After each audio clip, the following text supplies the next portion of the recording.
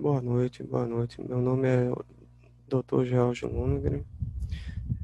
Fui convidado, né, para falar um pouco sobre minha especialidade, a radioterapia. Para mim é um grande prazer, tá? Eu sou radio-oncologista, radioterapeuta em Recife, Caruaru, no estado de Pernambuco.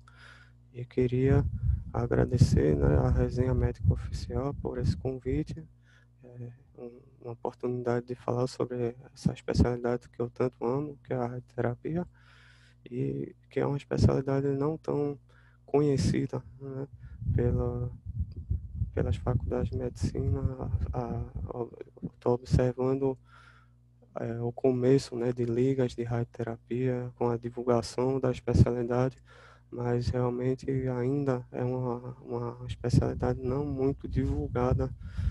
Eu, pessoalmente, durante minha faculdade, não tive muito contato com a radioterapia, mas é, é importante, então, né, a gente divulgar, a gente poder ter essa oportunidade de explicar sobre essa especialidade e mostrar a importância dela na área oncológica, tá? Então, vamos seguir adiante. Um pouco sobre mim, tá? Eu sou médico formado pela Faculdade Pernambucana de Saúde, me formei em 2012 em Recife. Parti para fazer a residência médica em radioterapia lá na Liga Norte Rio Grandense contra o Câncer, em Natal, Rio Grande do Norte. A residência de radioterapia é uma residência de acesso direto, tá? Não tem critérios pré-requisitos, não tem um acesso direto. A residência dura 3 anos, porém o R3 ele pode sim ter a opção de fazer um R4 em radioterapia, tá? Hoje em dia esse R4 ele é aceito, mas geralmente são 3 anos de residência. Alguns períodos, né, você tem a oportunidade de fazer o seu opcional, geralmente são 2 meses de opcional, e eu aproveitei sim, e fiz o opcional fora, tá? Fiz o meu estágio lá no Montefiore Medical Center, em Nova York, em que eu passei de novembro de 2016 a janeiro de 2017, vendo radioterapia de alta tecnologia, algumas técnicas que ainda na época não eram tão conhecidas aqui no Brasil, né? Hoje em dia a gente observa essas técnicas começando a ser implantadas, mas aí eu tive essa oportunidade, né, de ver essa alta tecnologia da radioterapia em Nova York. Assim que eu voltei em 2017, comecei a trabalhar como radio-oncologista mesmo no Instituto de Radioterapia Valdemir Miranda, em Recife. E desde 2017 eu trabalho como radio-oncologista em Recife.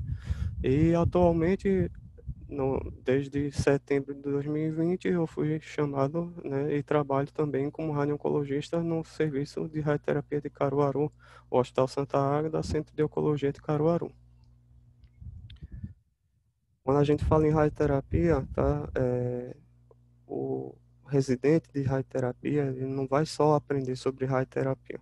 Não é só radioterapia o assunto que ele vai, né, dominar e estudar. São vários, é uma área ampla, tá? São vários assuntos, são várias áreas envolvidas, tá? E as principais áreas, então, eu estou citando no slide, né? A oncologia clínica é importantíssimo, tá? Para o entendimento da radioterapia.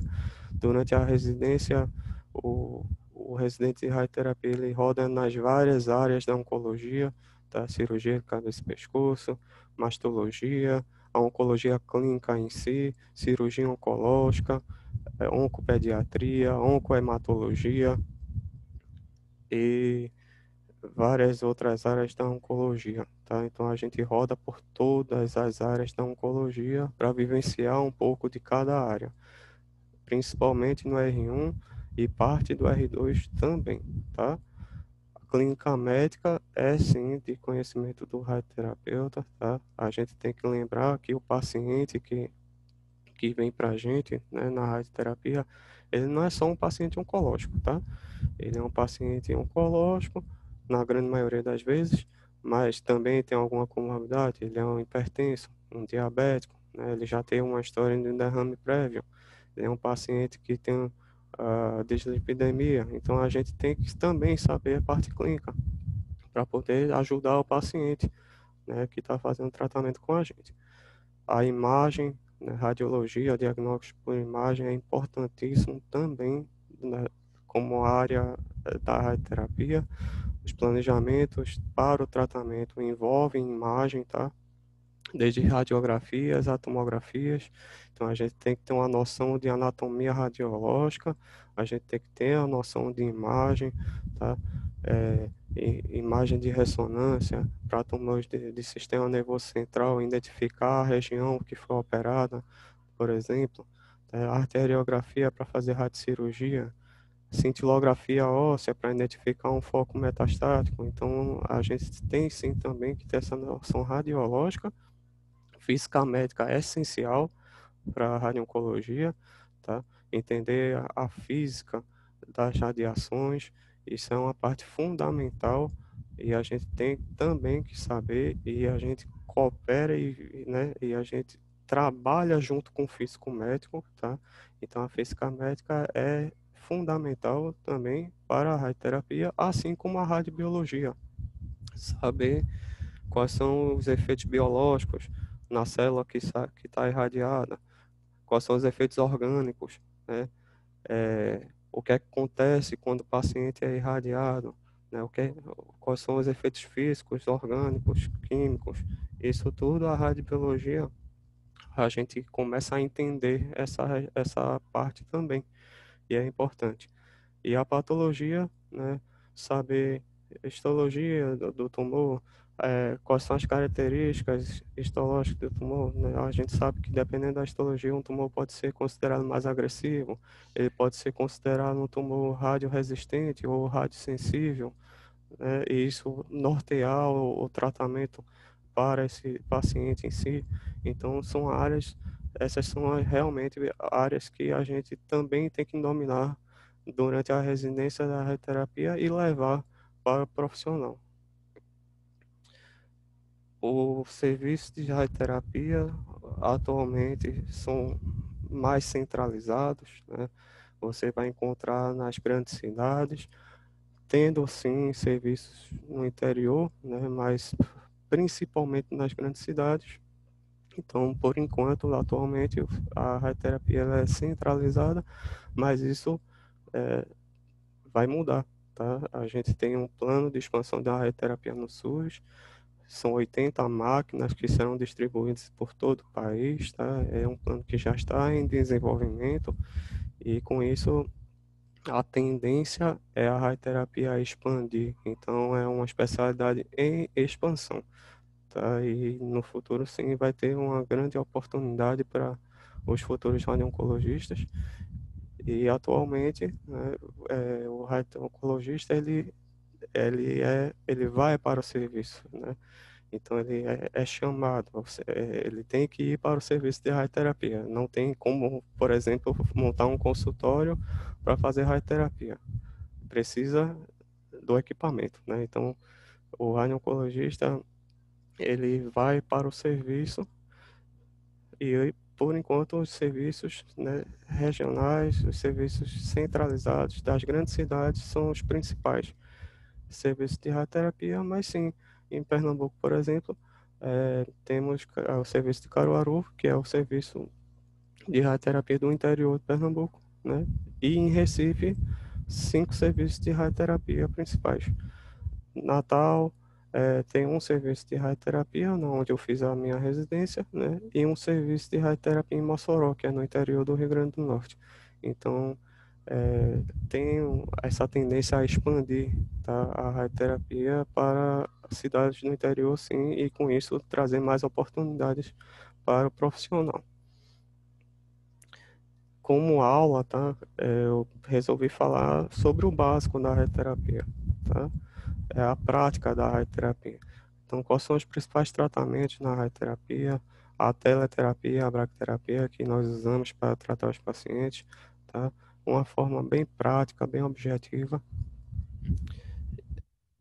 E a gente tem que entender o seguinte, tá? Quando a gente fala em radioterapia, o que é que a gente quer dizer com isso? A radioterapia nada mais é do que um processo clínico no qual a gente usa a radiação ionizante com o objetivo de tratar doença. Observe que eu falei doenças, não falei câncer, tá? A terapia não é só focada no tratamento de câncer. A terapia pode ser usada para tratamento de tumores benignos e para tratamento de doenças, né? Por exemplo, profilaxia do queloide, né? Tratamento de ossificação do calcânio, né? Pode ser empregada a radioterapia para o tratamento dessas afecções também. Então, não é só câncer, tá? Observem que eu falei o uso de radiações ionizantes, tá? O que eu quero dizer com isso? Radiação nada mais é do que uma onda ou partícula energética que se move no espaço, tá?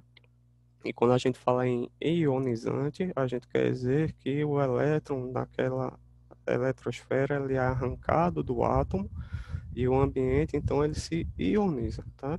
Então, quando a gente fala em radiação ionizante, a gente fala de uma onda ou partícula com energia em movimento que ele interage com aquele elétron, ele arranca o elétron e ele ioniza o meio, tá? Quando a gente faz o tratamento, a gente usa feixes de radiação, tá? São várias feixes que a gente pode usar, mas as radiações ionizantes são os principais, tá? Quando a gente fala em radiação ionizante, a gente quer citar, então, elétrons, tá? Feixe de elétrons. Elétrons, como vocês podem ver, eles têm uma carga, eles têm massa, então é uma radiação corpuscular, tá bom? E a gente pode também fazer o tratamento com feixe de fótons, né? Fóton, como a gente pode observar, não tem massa. Ele é uma onda eletromagnética, tá? Então o tratamento ele vai ser feito com elétron ou com fóton. Fóton, raio-x ou raio gama, tá? Quando a gente faz então a radioterapia, a gente dá o feixe de radiação para o alvo, né? Essa radiação ela vai interagir com o meio e vai produzir dano biológico. E é esse o efeito da radioterapia. O dano ele pode ser um dano direto no DNA da célula, ou ele pode ocorrer de forma indireta, né? Com formação de radicais livres, reação química, formação de radicais livres, que aí sim causam um dano na célula, tá? Então, a radiação ela vai entrar no meio biológico, a partir daí a energia dessa radiação é absorvida, tá? Você vai ter a excitação, a ionização daquele meio, vai ter mudanças químicas, né, as reações químicas, com criação de radicais livres, e a partir daí as alterações e os danos biológicos. E a consequente resultado é o tratamento da radioterapia, né? Então a gente, quando faz a radioterapia, a gente tem objetivos, tá? Fornecer a dose máxima e homogênea a um volume tumoral alvo. E não só isso, a gente tem que minimizar a dose aos tecidos normais adjacentes, tá? Não adianta só dar a dose e pronto. Os tumores, eles são localizados em lugares estratégicos. Na grande maioria das vezes, ao redor do tumor, temos órgãos nobres, órgãos importantes que a gente tem que respeitar para não trazer consequências futuras para o paciente. E esses órgãos, eles têm que ser delimitados e a gente tem que saber também quais as doses que estão chegando em cada um desses órgãos e se essa dose é permitida ou não. Esse é o objetivo da radioterapia. Para isso, então, a gente usa as técnicas, tá?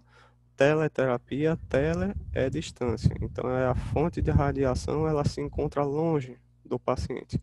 Braquiterapia, a fonte se encontra perto do paciente.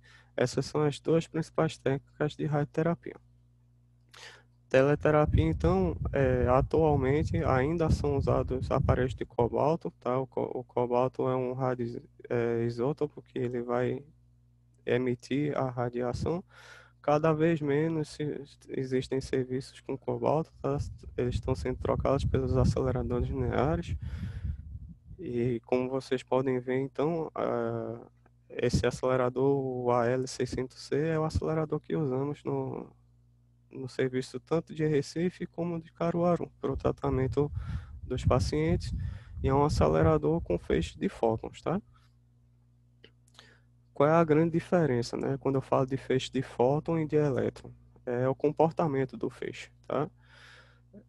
O feixe de fóton, como vocês podem observar, quando ele entra em contato com o alvo, ele constrói uma energia. A energia dele, ele ganha a energia quando ele entra em contato.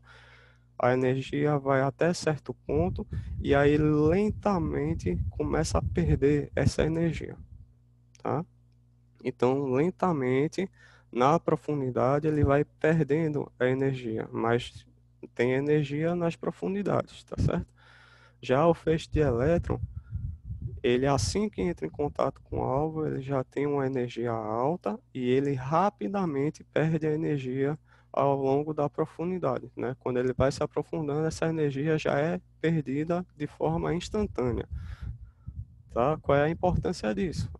O elétron ele é usado para o tratamento de superfícies, de tumores superficiais. Por quê? Porque ele ganha energia logo na superfície e logo após, né, em uma certa profundidade, ele já perde aquela energia. Então ele não aprofunda a dose.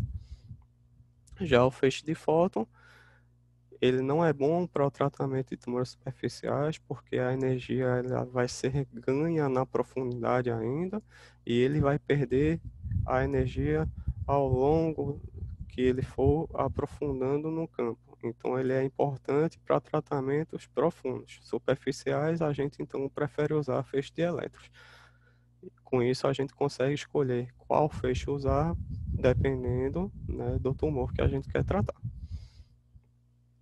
Temos alguns cuidados, tá, para fazer a teleterapia. A gente tem que garantir a imobilização do paciente, garantir que o posicionamento sempre vai ser replicado. Então, esse posicionamento ele sempre tem que ser o mesmo, ele tem que ser replicado diariamente, tá? O paciente ele tem que ser planejado, o alvo tem que ser definido, o que é precisa ser respeitado também tem que ser definido, os órgãos de risco. E uma vez planejado, uma vez escolhidos quais são os dispositivos a serem usados, a gente precisa então verificar a posição do paciente. O portal de verificação serve para isso, para a gente certificar que o paciente está seguindo o posicionamento que foi planejado. Então, esses são alguns cuidados que a gente faz durante a teleterapia. Dos dispositivos auxiliares, né? São vários, tá? Aqui eu mostrei alguns principais que a gente usa. Então, para o tratamento da mama, a rampa de mama, em que a paciente fica com o braço elevado, assim afastando o braço do campo do tratamento da mama. Máscara para os tumores de cabeça e pescoço. Apoio da cabeça com um apoio de braço para o paciente poder elevar o braço e afastar o braço do campo torácico em tumores, por exemplo, gástricos, o bolos, que ele reproduz a pele, né, uma camada de pele, e com isso a gente consegue superficializar a dose um pouco mais com os feixes de fótons.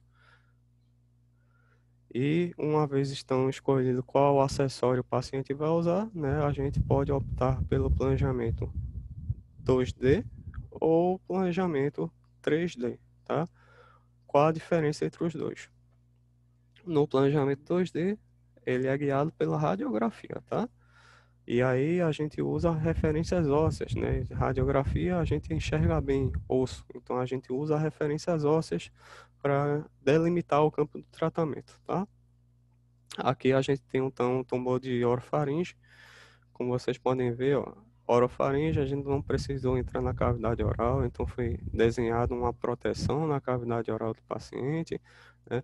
Também não precisamos irradiar a base de crânio e nem a região posterior do olho. Então foram criadas proteções, né, para evitar dose nessa região e o resultado é esse campo escuro, né, que é a área do tratamento focado nas áreas da orofaringe e nas drenagens do pescoço. Quando o planejamento é 3D, é um planejamento por tomografia, tá? Com a grande vantagem, a gente consegue identificar a área do tumor e as regiões anatômicas de interesse para o tratamento, tá? Além também de identificar os órgãos normais, né? os órgãos que a gente precisa respeitar. Aqui, então, a gente tem uma imagem de um tumor de próstata, tá? Próstata com as vesículas seminais. E embaixo a gente observa o reto, tá? E aqui o fêmur com a cabeça femoral. Tá? Isso tudo é delimitado durante o planejamento de um tumor de próstata tridimensional.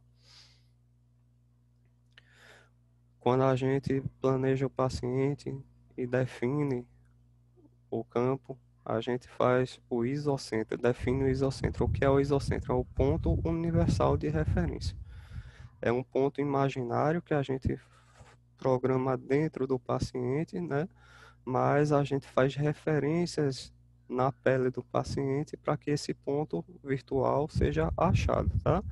Então, tudo gira em torno do isocentro. Todo posicionamento, se precisa deslocar o paciente, o deslocamento é feito a partir do ponto do isocentro, tá? E aí, para que serve isso? Né? Para que servem essas marcações? Quando o técnico da radioterapia ele vai verificar o posicionamento do paciente, né? Ele alinha o paciente com os lasers que são fixos nas laterais do acelerador, tá?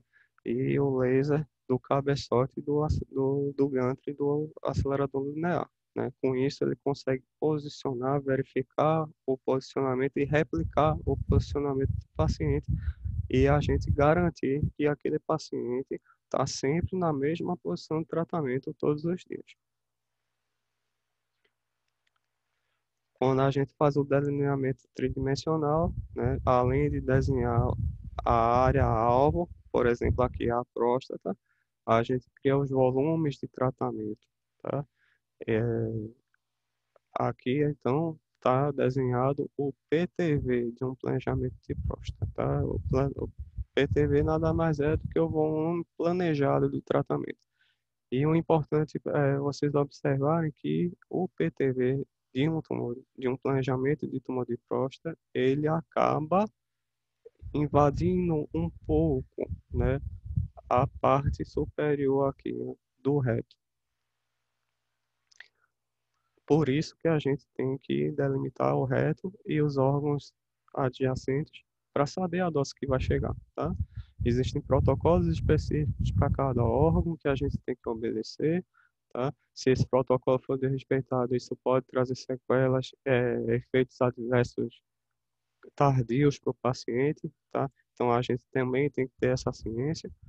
Então o reto sempre é desenhado no tumor de próstata, né, justamente por causa do volume que a gente também desenha durante os planejamentos. Aqui a gente tem o CTV, o volume clínico de tratamento para uma região linfonodal de um tumor de cabeça e pescoço, e em verde desenhou-se aqui o canal medular. Tá? Aqui é um dos órgãos que a gente desenha nos tumores de cabeça e pescoço. Como eu disse, a gente faz então um portal de verificação, né? Tem que ser verificado se o posicionamento está batendo com o que foi planejado, tá? Então, o portal de verificação serve justamente para isso, verificar o correto posicionamento do campo de tratamento e sempre vai ser realizada incidência antero, posterior e lateral, tá? Isso aqui é o DRR, que é a imagem que foi feita do planejamento. Isso é a base, tá? E aí, o técnico de radioterapia, ele vai pegar, posicionar o paciente e fazer uma imagem radiográfica anterior, posterior e lateral.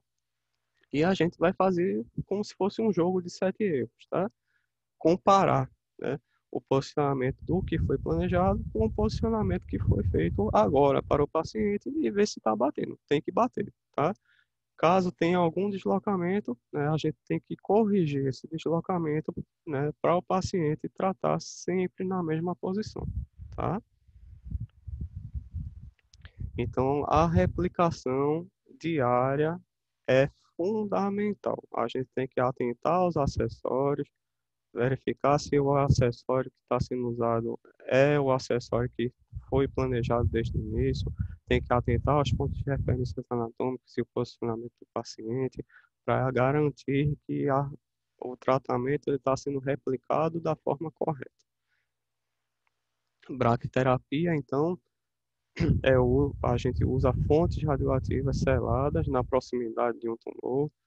Essa fonte é encapsulada, ela pode ser colocada diretamente dentro do tumor, como é no caso da braquiterapia de próstata, que eu vou mostrar adiante, ou na sua proximidade, como é na braquiterapia de câncer ginecológico, tá?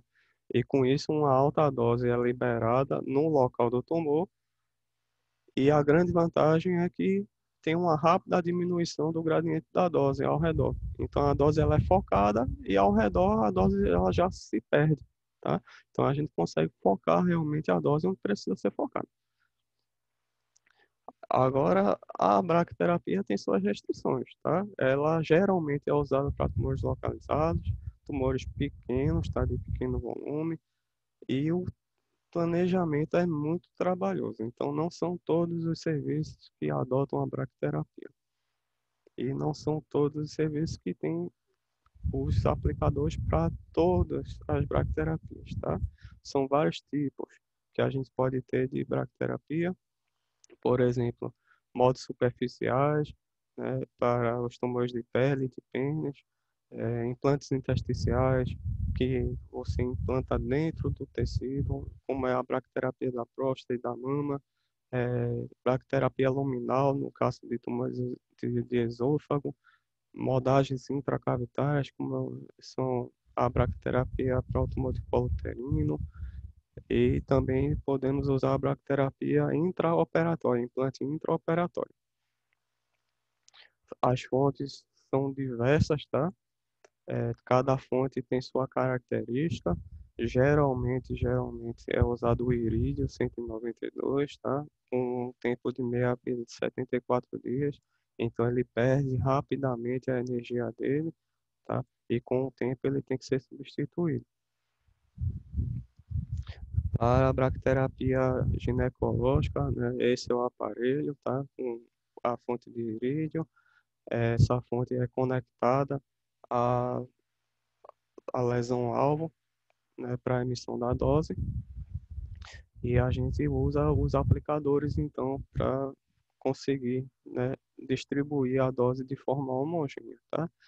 Aqui são aplicadores para um tumor de próstata, como vocês podem ver na imagem, são vários, né, aplicadores que são colocados e distribuídos por igual para trazer uma dose homogênea na próstata do paciente, aplicadores ginecológicos, tá? E aqui aplicadores luminais, como no caso de tumores de esôfago. Braquiterapia ginecológica é o carro-chefe da braquiterapia, é a braquiterapia mais comum que a gente consegue é, vivenciar, tá, durante a radioterapia. E são dois principais sistemas de braquiterapia que existem. Tem o Fletcher, em que se usam dois ovoides, tá, e o Tanner. Esse Tanner ele entra dentro da cavidade do colo uterino e o ovoide ele fica encostado no fundo vaginal. E com isso a gente consegue distribuir a dose nessas regiões. O anel é exatamente a mesma coisa, só muda realmente o acessório usado. Como a ginecológica né, é o planejamento mais comum para a braquiterapia, né, eu resolvi mostrar um pouquinho de como ela é feita, né? A paciente, então, ela é deitada, tá, na cama, fica na posição ginecológica, o aplicador ele é inserido na vagina da paciente, posicionado e fixado, tá? Uma vez posicionado, é feita a imagem radiográfica antero-posterior e lateral e a gente verifica se o posicionamento, né, se a colocação do aplicador está seguindo as normas, tá? Não pode ser colocado de qualquer jeito, né? Então tem que ser nivelado, a gente conta é, quantos centímetros foram inseridos, né, no colo uterino da paciente para fazer o cálculo da dose, cria os pontos de referência para fazer o cálculo de dose e uma vez confirmado tudo é que o aparelho ele é conectado à fonte, tá? A braquiterapia de mama, né, pode ser feita por agulhas que são introduzidas por dentro da mama e ficam ao redor da área tumoral para distribuir a dose de forma homogênea. Mesma coisa para a terapia de próstata. E aqui só realmente para citar, né, moldes de para bracterapia superficial, é, bracterapia de um tumor de cabeça e pescoço, em que foi feito de forma intersticial, bracterapia luminal e placas oftalmológicas para o tratamento também de tumores oftalmológicos com bracterapia, tá? Com isso, eu espero ter mostrado para vocês um pouco da prática, né, da radioterapia, como a gente posiciona o paciente, né? Porque o que é importante que a gente tem que observar durante o nosso dia a dia. E a radioterapia é um dos principais arsenais no tratamento oncológico atual, tá? É um dos pilares oncológicos. E o conhecimento sobre suas técnicas e suas peculiaridades é de extrema importância para a gente garantir, então, um tratamento reprodutível e eficaz para o nosso paciente. Com isso, eu agradeço imensamente o convite, tá? Gosto muito da minha área, é uma área que eu amo de paixão. Então, se vocês quiserem, tiverem interesse em saber mais, podem entrar em contato comigo, tá? Tem meu e-mail disponível, podem entrar no meu perfil também no Instagram, tá? Não tem problema, falar comigo. Eu sou de fácil acesso, tá? E agradeço imensamente a atenção de todos e uma boa tarde.